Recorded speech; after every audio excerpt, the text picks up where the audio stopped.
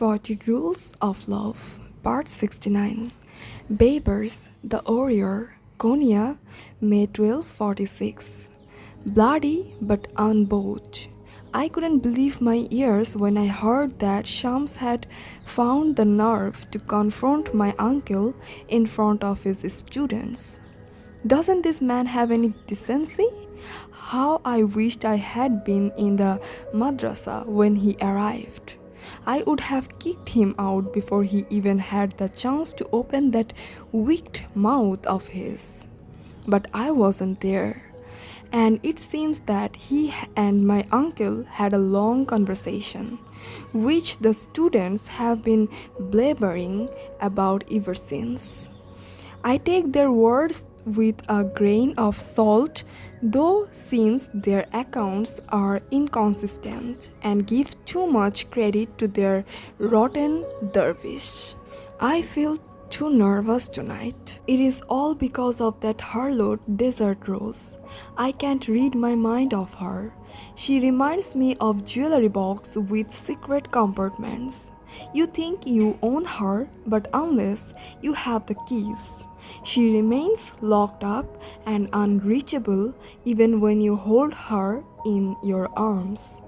It is her surrendering that troubles me most. I keep asking myself why she didn't resist my feet. How come she just lay there on the floor under my feet, listless as a dirty old rug? Had she hit me back or screamed for help, I would have stopped hitting her. But she lay motionless, her eyes bulging, her mouth shut, as if determined to take it passively, come what may. Did she really not care at all whether I killed her? I have been trying hard not to go to the brothel again, but today I gave it to the need to see her. On the way there, I kept wondering how she would react upon seeing me, in case she complained about me and things got nasty. I was going to bribe or threaten the fat patron of hers. I had everything worked out in my mind and was ready for every possibility except for the possibility of her having run away. What do you mean? Desert Rose is not here? I burst out. Where is she? Forget about that harlot, the patron said, popping a locum into her mouth and sucking the syrup off her finger.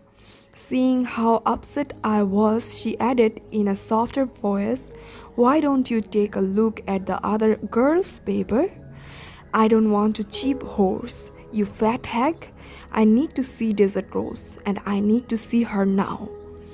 The hermaphrodite raised her dark pointed eyebrows at his form of address, but didn't dare to argue with me. Her voice dwindled to a whisper, as if ashamed of what she was about to say.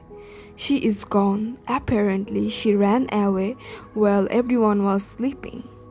It was too absurd to be even lovable. Since when do whores walk out of their brothel? I asked. "You find her now." The patron looked at me as if she were really seeing me for the first time. "Who are you to give me orders?"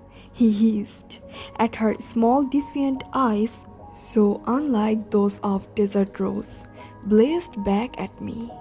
"I am a security guard who has an uncle in high places. I can shut this den down and put you all out on the street," I said as I reached over to the bowl on her lap and plucked out a locum. It was soft and chewy. I whipped my sticky finger on the patron's silk scarf. She face became livid with rage, but she didn't dare to pick a fight. "Why are you blaming me?" she said. "Blame that dervish. He is the one who convinced Desert Rose to leave the brothel and find God." For a moment I couldn't understand who she was talking about, but then it dawned upon me it was no other than Shams of the Breach that she meant. First, disrespecting my uncle in front of his students, and now this Clearly, that heretic did not know his boundaries. Part 70. Ella, Northampton, June 26, 2008. Beloved Aussies, I decided to write you a letter this time. You know, the old-fashioned way, with ink, a perfumed paper, a matching envelope, and a stamp. I am going to mail it to the Amsterdam this afternoon. I need to do this right away because if I delay in mailing my letter, I am afraid I will never be able to do it. First, you meet someone who is completely different from everyone around you. Someone who sees everything in a different light and forces you to shift, change your angle of vision, observe everything anew, within and without. You might think you can keep a safe distance from him. You think you can navigate your way through this beautiful storm until you realize, much too suddenly, you are thrust out into the open and in fact, you control nothing. I cannot tell when exactly I become captivated by your words.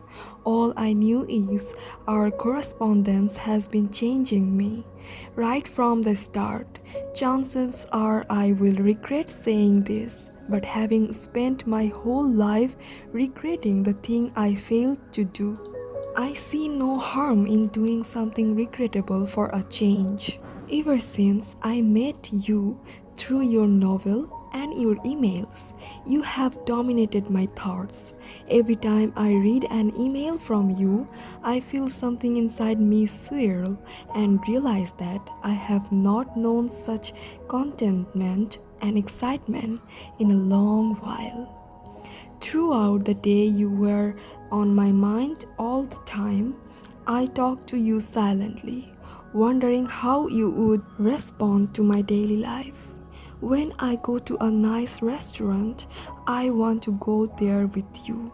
When I see anything of interest, I am saddened by not being able to show it to you. The other day, my younger daughter asked me if I had done something with my hair. My hair is the same as always, but it's true that I look different because I feel different. Then I remind myself that we haven't even met yet. And that brings me back to reality. And the reality is that I don't know what to do with you. I have finished reading your novel and turned my report. Oh yes, I was writing an editorial report on it.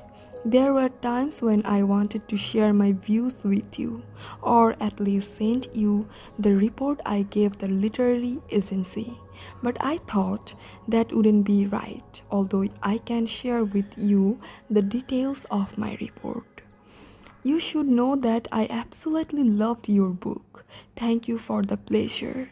Your words will stay with me always. Anyway, sweet blasphemy has nothing to do with my decision to write this letter. Or perhaps it has everything to do with it. What has compelled me is this thing between us, whatever it is, and its overwhelming impact upon me is eluding my control. It has become more serious than I can handle. I first loved your imagination and your stories, and then I realized I loved the man behind the stories. Now I don't know what to do with you. As I said, I need to send this email immediately. If not, I will have to tear it into a dozen bits. I will act as if there is nothing new in my life, nothing unusual. Yes, I could do what I always do and pretend that everything is normal. I could pretend if it weren't for this sweet ache in my heart. With love, Ella.